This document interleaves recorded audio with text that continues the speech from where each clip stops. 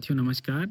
स्वागत है आपका मेरे चैनल पर। आज है दिनांक 3 जनवरी सन 2026। तो आइए आज से हमने एक नया काम शुरू किया है। वो है सीरीज़ किसके बारे में? फ्रीडम फाइटर्स के बारे में, स्वतंत्रता सेनानियों के बारे में, क्रांतिकारियों के बारे में। तो चलिए आज का जो हमारा सीरीज का जो पहला व्यक्तित्व है वो है माता सावित्रीबाई फूले। दोस्तों आप जान ही गए होंगे कि माता सावित्रीबाई फूले को भारत की प्रथम महिला शिक्षिका कहा जाता था और उन्हें एक महान समाज सुधारक के तौर पर भी जाना जाता है। तो उनका जन्म दोस्तों 3 जनवरी सन 1831 को महाराष्ट्र के नया गांव में हुआ था। उन्होंने अपने पति महात्मा ज्योतिराव फूले के साथ मिलकर समाज में शिक्षा और समानता के लिए महत्वपूर्ण योगदान दिया था।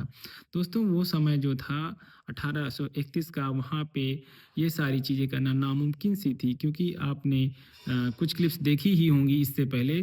तो किस तरह से हमारे फ्रीडम फाइटर्स जो समाज सुधारक थे कैसे समाज से लड़ते थे, उनको अपनी जाति व्यवस्था, उनको धर्म व्यवस्था सबसे लड़ना पड़ता था। तो आगे हम बात करेंगे। सावित्रीबाई फूले ने 1848 में पुणे में लड़कियों के लिए पहला महिला विद्यालय स्थापित किया। दोस्तों ये भी एक अपने आप में बहुत बड़ी उपलब्धि थी उस समय, कि जहाँ पर शोषितों वंचितों महिलाओं को पढ़ने से वंचित रखा जाता था, वहाँ पे माता सावित्रीबाई फुले ने सन 1848 में एक विद्यालय की स्थापना की, जहाँ महिलाएं स्वतंत्र रूप से पढ़ सकती थी।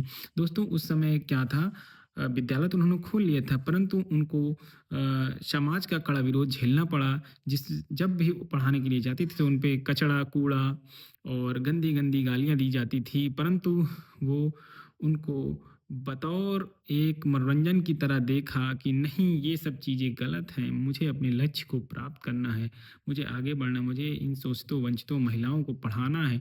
तो वो आगे बढ़ती गईं। और दोस्तों सच में एक बात बहुत सत्य है, हमारे कई ग्रंथों में लिखा गया है, कहीं बताया गया है कि वो अपने साथ एक अलग से वस्त्र लेके चलती थी, ताकि जब वो कीचड़ फेंके वो गंदा हो जाए तो मैं दूसरा चेंज करके पहन सकूं और अपने बालिकाओं को पढ़ा सकूं। तो सावित्री भाई फूलों का जो ये योगदान है वो बहुत ही समाज में बहुत ही सर्वोपरि है। महिलाओं के लिए उन्होंने इतना बड़ा काम किया, और हम तो कह रहे हैं महिलाओं की तो वो एक हिसाब से गॉड ही, भगवान ही कही जाएंगी। तो सावित्री बाई फूले एक कवित्री थी। दोस्तों उन्हें लिखने का भी शौक था, वो एक कवित्री थी। और उस समय में ये सब चीज़ करना मतलब एक बहुत बड़ी उपलब्धि के तौर पे देखा जाएगा। तो छात्रों, इनका जो जीवन है, इनके जीवन का जो अंत है, वो प्लेग महामारी उस समय फैली हुई थी।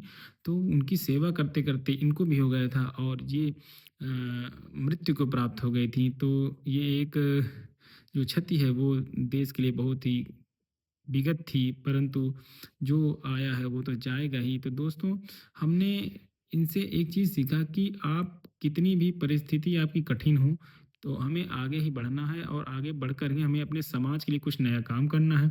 आप चाहे जिस धर्म समुदाय से हों, सभी को समान देखें। तो दोस्तों ये था, आज इसका अंत होता है इस सीरीज़ का। तो मिलते हैं नेक्स्ट वीडियो में, नेक्स्ट सीरीज में। तब तक के लिए नमस्कार।